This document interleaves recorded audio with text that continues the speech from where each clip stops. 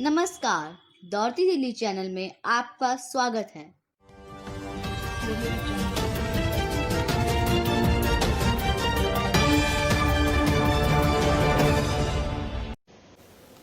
मैं सोचता हूं कि बिट्रेल ऑफ जम्मू कश्मीर चिदम्बरम जी से लेकर बड़े बड़े संविधान विशेषज्ञ एजी नूरानी सेल्फ प्रोक्लेम्ड, मैं उनको मानता नहीं हूं, क्योंकि दुर्भाग्य यह है कि लीगल डॉक्यूमेंट को छोड़कर वो सब कुछ उसके आधार पर वो चर्चा करते हैं।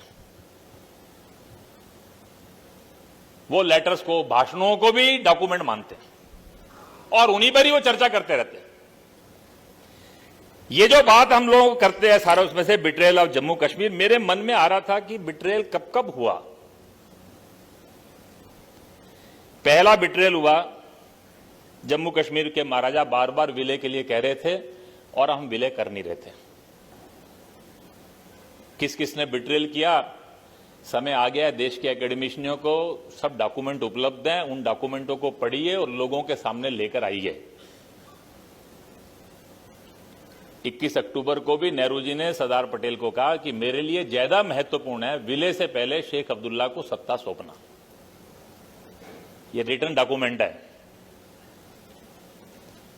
तो बिट्रेल किसका है?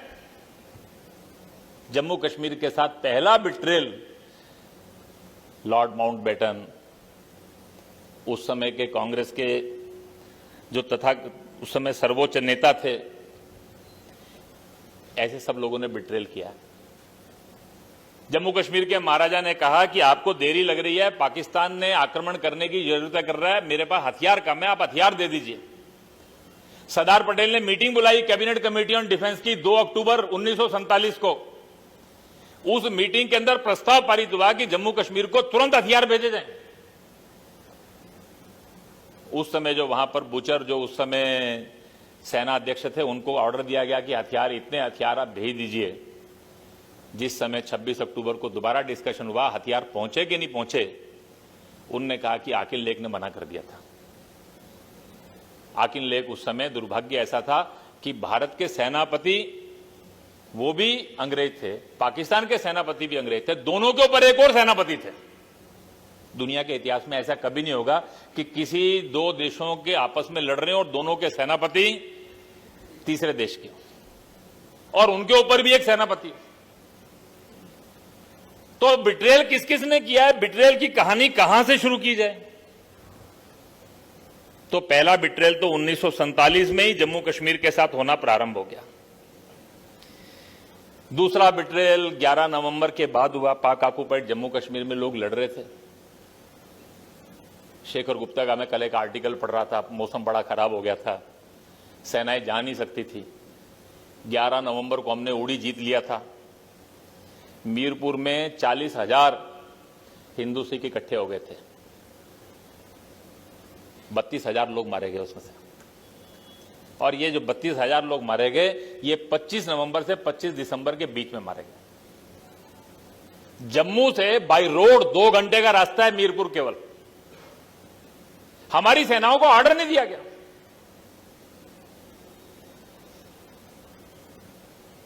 ये मीरपुर, कोटली, ये सारे क्षेत्र हमारे पास होते हैं। ये कोई मौसम नहीं था, शेख अब्दुल्ला की नीयत नहीं थी कि ये पाक ऑक्युपाइड जम्मू कश्मीर हमारे पास आए।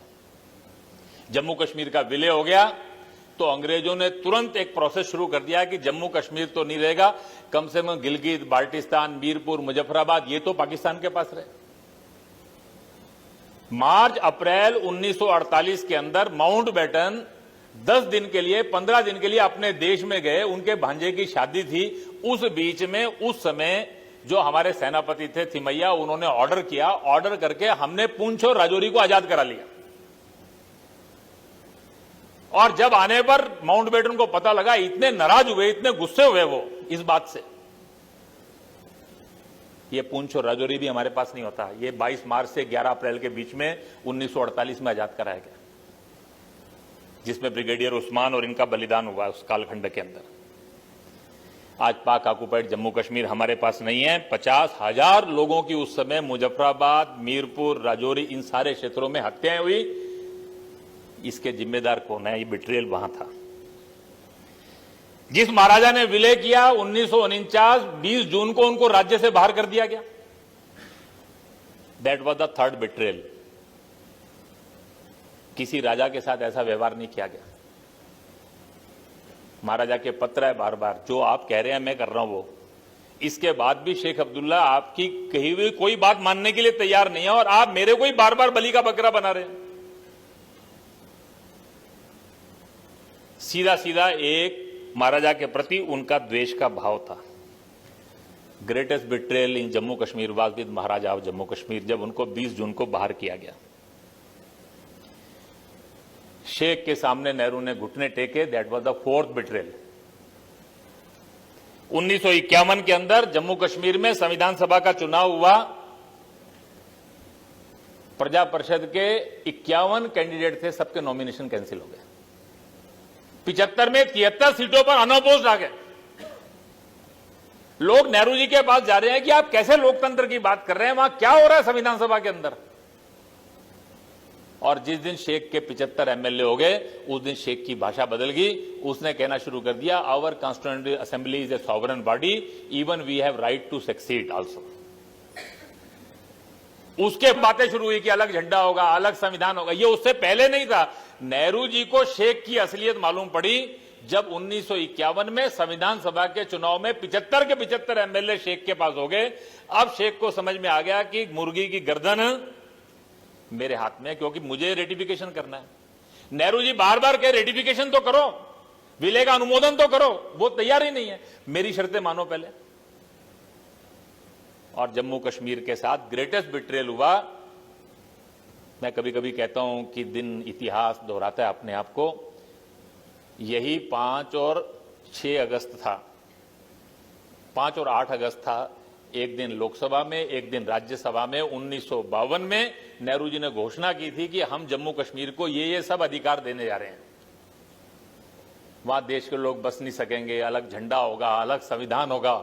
सेम डेट 1952 के बाद 67 साल बाद वही 5 अगस्त और 8 अगस्त था, जिस दिन जम्मू कश्मीर में भारत का संविधान गया। That was another betrayal. Betrayal की बात जब करते हैं तो फिर बिट्रेयल कब आता है? जब 1954 में 370 के अंतर्गत ऑर्डर किया गया।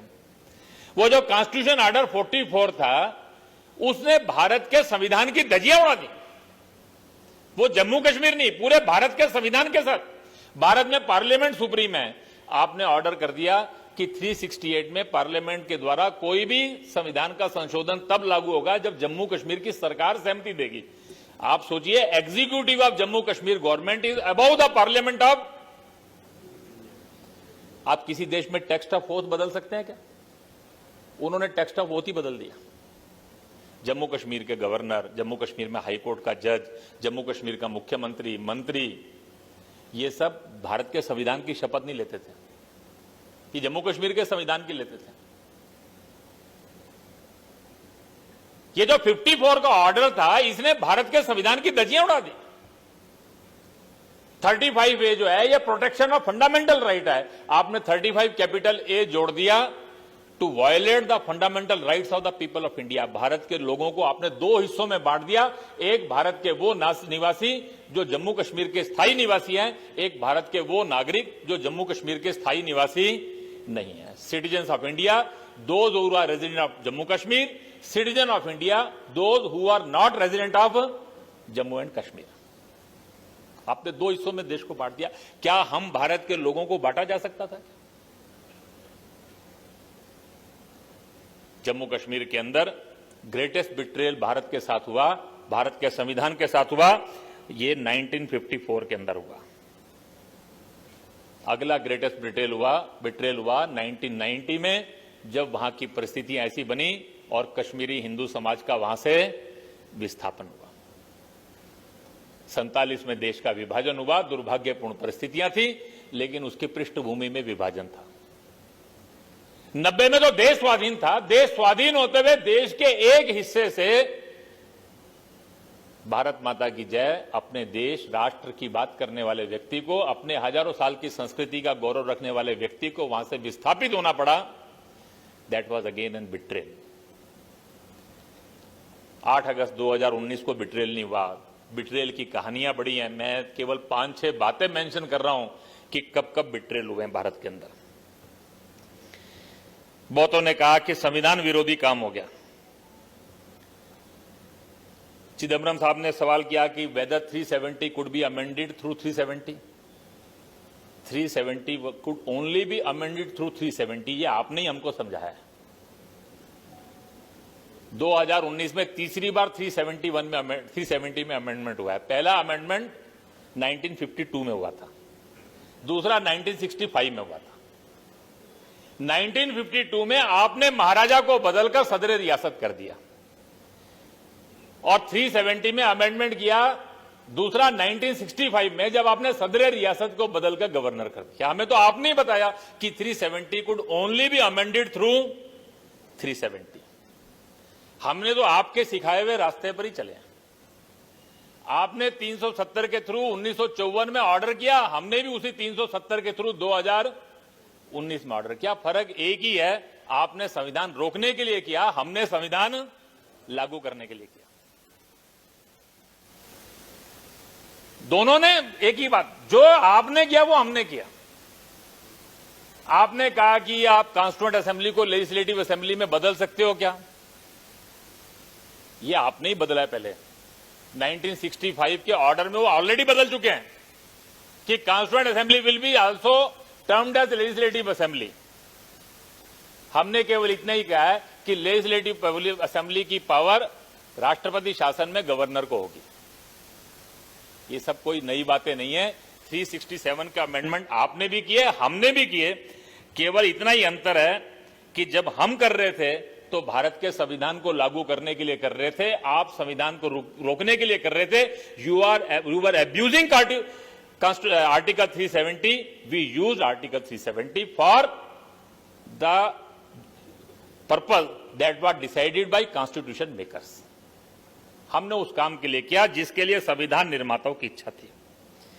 ऐसा नहीं है कि जिस समय वो दुरुपयोग कर रहे थे सबने रोका नहीं। 1952 में जब वो कर रहे थे, डॉक्टर राजेंद्र प्रसाद ने नेहरू जी को पत्र लिखा, पूछा मेरे समझ में नहीं आ रहा आप क्या कर रहे हैं, आप संविधान विरोधी काम क्यों कर रहे हैं? उन्होंने कहा महाराजा द्वारा अपॉइंटेड जम्मू कश्मीर असेंबली, वो जम्मू कश्मीर असेंबली जिसको पावर महाराजा से मिली है, क्या वो महाराजा को हटा सकती है? दूसरा सवाल उन्होंने किया कि 370 में महाराजा इज डेजिग्नेटेड एज राज प्रमुख by president of India. 1% designated as Raj Pramukh by President of India, whether that can be changed by Assembly of एक स्टेट। मेरी पावर से ज्यादा क्या स्टेट की असेंबली की पावर? ये डॉक्टर राजेंद्र प्रसाद ने पत्र लिखा। ऐसा नहीं है, डॉक्टर राजेंद्र प्रसाद से ज्यादा संविधान के जानकार कोई नहीं थे। ये 370 का जब दुरुपयोग हो रहा था, सब लोग मना कर रहे थे नेहरू जी को। इवन कॉन्फिडेंशियल लेटर है डॉक्टर करण सिंह का 1954 में जब 35 पे लागू करने लगे, मेरे पास वो कॉन्फिडेंशियल लेटर है। उस लेटर में उन्होंने ये सब कहा कि वहां जो असेंबली बनी है वो गलत बनी है, डिलिमिटेशन ठीक नहीं हुआ, जनता में बड़ा संतोष है। आप ये जो 35 पे लागू करने जा रहे हैं इसका भी नुकसान होगा, आप फंडामेंटल राइट रोक रहे हैं इसका नुकसान होगा, कल को दिक्कत आने वाली है, सुप्रीम कोर्ट की पावर आप ये सारी वार्निंग डॉक्टर करण सिंह ने अपने कॉन्फिडेंशियल लेटर में दी है। 1952 की डिबेट में डॉक्टर श्यामा प्रसाद मुखर्जी, एनसी चटर्जी, सुचेता कृपलानी बार बार नेहरू जी को कह रहे हैं कि नेहरू जी 370 को कोई पावर नहीं है, power is in constitution. 370 is part of constitution. Bharat में कॉन्स्टिट्यूशन सुप्रीम है, पीपल्स आर नॉट सुप्रीम। आप या शेख उनकी कोई पावर नहीं है, अल्टीमेटली कॉन्स्टिट्यूशन इज सुप्रीम।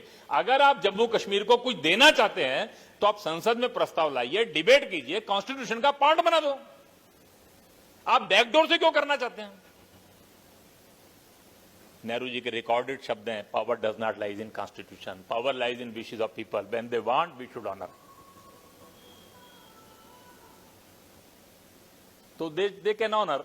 उनके लिए शेख जो था that was only wishes of people. Jammu Kashmir के लोग नहीं चाहते थे, वरना प्रजा परिषद का आंदोलन नहीं चलता। वास्तव में जो संविधान विरोधी की बात करते हैं, ये जो 8 अगस्त को हुआ, संविधान की जो मूल भावना है, संविधान बनाने वालों की जो इच्छा है, उस भावना और इच्छा के अनुरूप हम भारत के लोग इसको, जब पहली बार चुनौती मिली, डॉक्टर श्यामा प्रसाद मुखर्जी ने उसी समय उसका विरोध किया, उसी समय देश के अंदर बड़े बड़े ल्यूमिनरीज ने विरोध किया, लेकिन दुर्भाग्य से उनके पास एक प्रबल बहुमत था जिसके अहंकार में उन्होंने उसको सुना नहीं।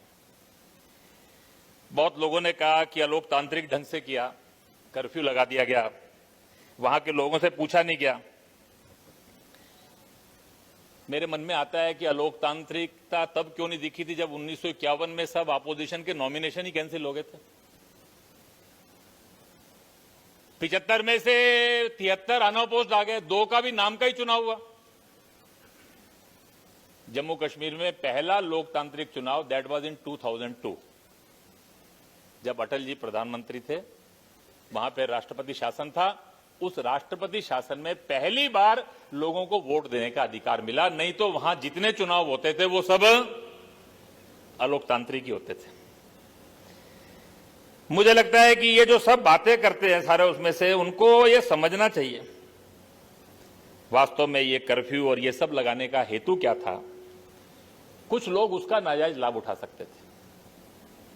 1953 के अंदर नेहरू जी के परम मित्र थे शेख, उसकी वास्तविकता आ गई। उन्होंने स्वतंत्र रहने का सपना देखना शुरू कर दिया। अमेरिका, इंग्लैंड, उन सब के साथ उनका गठजोड़ हो गया। बाद में उनकी कैबिनेट के अंदर नो कॉन्फिडेंस हो गया, उनको हटा दिया। जब उनको हटाने की बात आ गई, जब उनको ध्यान में आ गया कि मेरा बहुमत समर्थन ये समाप्त हो गया है, तो उन्होंने पाकिस्तान जाकर स्वतंत्र होने की कोशिश कर रही। आखिरी दिन उनको गिरफ्तार करना पड़ा। जब उनको गिरफ्तार करना पड़ा, बाद में दंगे हुए, सैकड़ों लोग मारे गए। तो आपको ऑपरेशन करना पड़ा। दुनिया में कुछ भी करना है तो करने का हेतु क्या है? वो समाज का हित है। कोई गलत आदमी अगर किसी की भावनाओं को भड़काकर उसका दुरुपयोग कर सकता है, तो गवर्न करने वाले लोगों की जिम्मेदारी क्या है? जम्मू कश्मीर के अंदर जो जीवन की सब आवश्यकताएं हैं, उसकी किसी को कोई कमी नहीं है। 24 घंटे बिजली है, पीने का पानी है, दवाइयां हैं, दुकानें खुली हैं, खाने पीने की चीजें हैं, घूमना फिरना, आना जाना, इसमें कोई मनाही नहीं है। 24 घंटे टेलीविजन चल रहा है, लोग टीवी पे डिबेट देखते हैं, सब देखते हैं क्या क्या हो रहा है, ये भी सबको मालूम है। उनके पक्ष विपक्ष में कौन बोल रहे हैं, ये भी उनको मालूम है। केवल एक चीज नहीं है, और वो है कि मोबाइल और इंटरनेट नहीं है। तो मोबाइल इंटरनेट तो जीवन, आज से 15 साल पहले तो आप मेरे पास किसी के पास भी नहीं था। हम सबकी जिंदगी भी चलती थी। अभी आजकल जरूर है कि बैठे बैठे भी मोबाइल पर ही ध्यान लगाया जाता है, लेकिन आज कोई कहे कि भी वास्तव में कोई वहां पर ऐसा किया गया कि बहुत बड़ी, सामान्य पुलिस को भी यह कहा गया कि आप बंदूक लेके मत चलिए। जम्मू कश्मीर के अंदर बहुत अच्छे ढंग से ये सारा काम किया गया। बाकी समाज का एक हिस्सा है जिसके मन में कुछ हो सकते हैं, उनका प्रश्नों का भी समाधान किया जाएगा, उनको भी स्पष्ट किया जाएगा ये सब क्यों है। ऐसी ही और खबरों के लिए दौड़ती दिल्ली को सब्सक्राइब करें।